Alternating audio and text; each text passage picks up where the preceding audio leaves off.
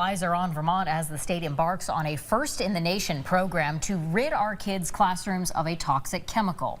In 2021, the legislature tasked the Environmental Conservation Department with developing a program to pinpoint PCB contamination in our schools by testing the indoor air. Any school constructed or renovated before 1980 is legally obligated to participate.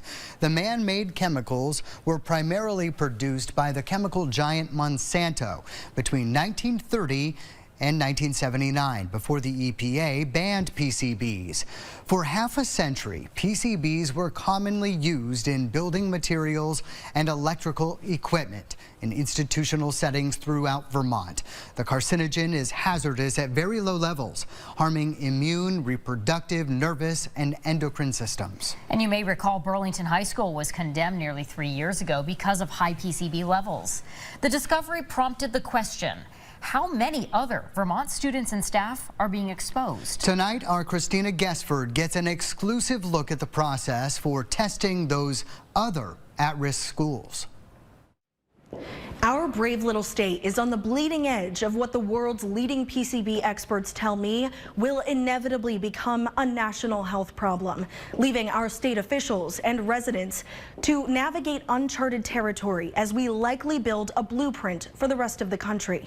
Proctor High School is one of about 325 schools required by state law to participate in Vermont's unprecedented PCB program.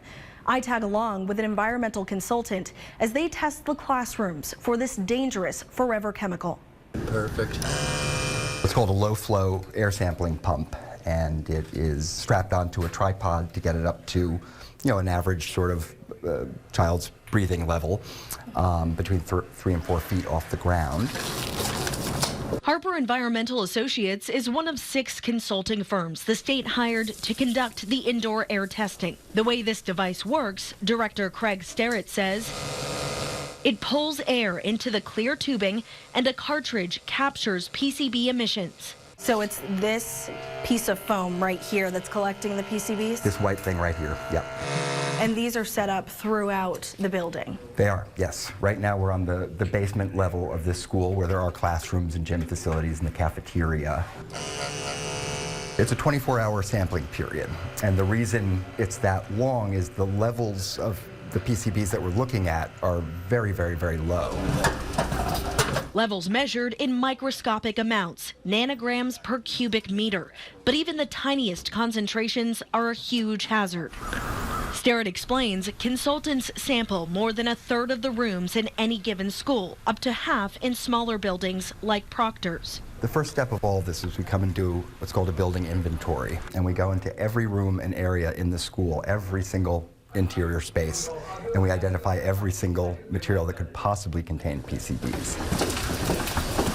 Paints, caulks, glues, plastics, fluorescent light ballasts, transformers, ceiling tiles, window glazing, spray-on fireproofing, all common culprits. 827. Over time, those materials break down, releasing the cancer-causing chemical into the air. Toxic air students, staff, and faculty may breathe for years. How would you explain to parents why every classroom in every school doesn't need to be tested? Schools are pretty cookie cutter, and the 4th grade classrooms usually right next to the 5th grade classroom and made with the exact same materials. The samples collected in schools are shipped to labs like Pace Analytical for processing.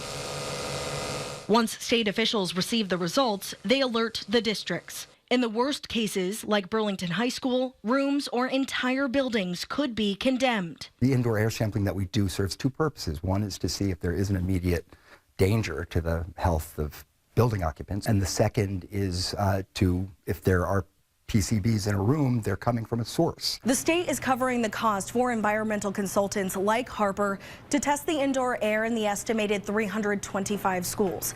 But that's it. Every effort after that is on the district's dime. The cost to investigate PCB sources and clean up contamination comes out of the taxpayer's pocket, and schools that exceed action levels can't opt out.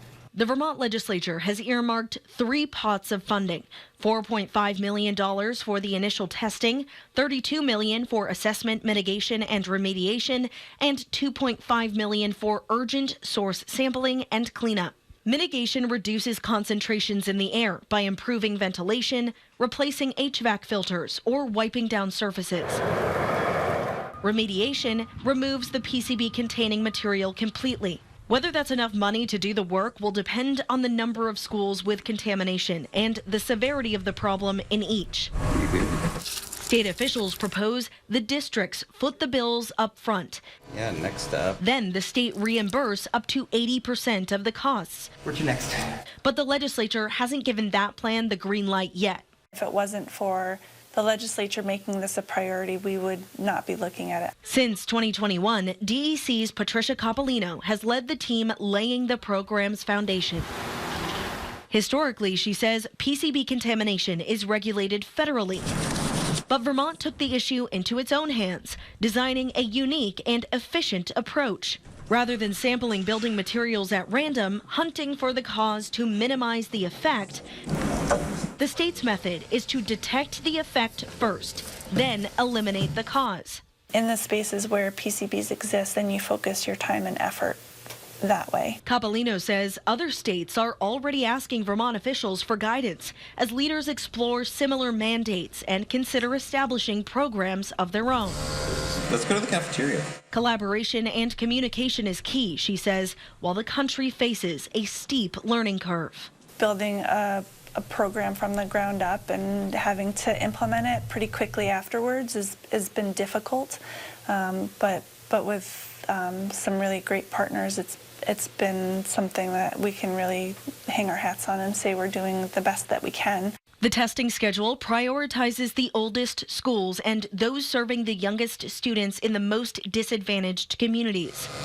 Since testing started in September 2022, DEC has published 19 schools' results publicly. Of those, 7 contain contaminated spaces, 2 of which demand immediate action.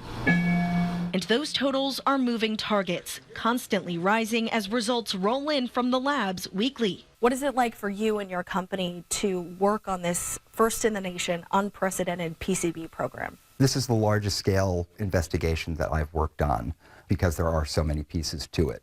And being able to be part of a team that is learning how to solve this problem, just a rewarding process. DEC is requesting a 1-year extension to complete the sampling phase of the project, pushing the deadline from July 2025 to July 2026.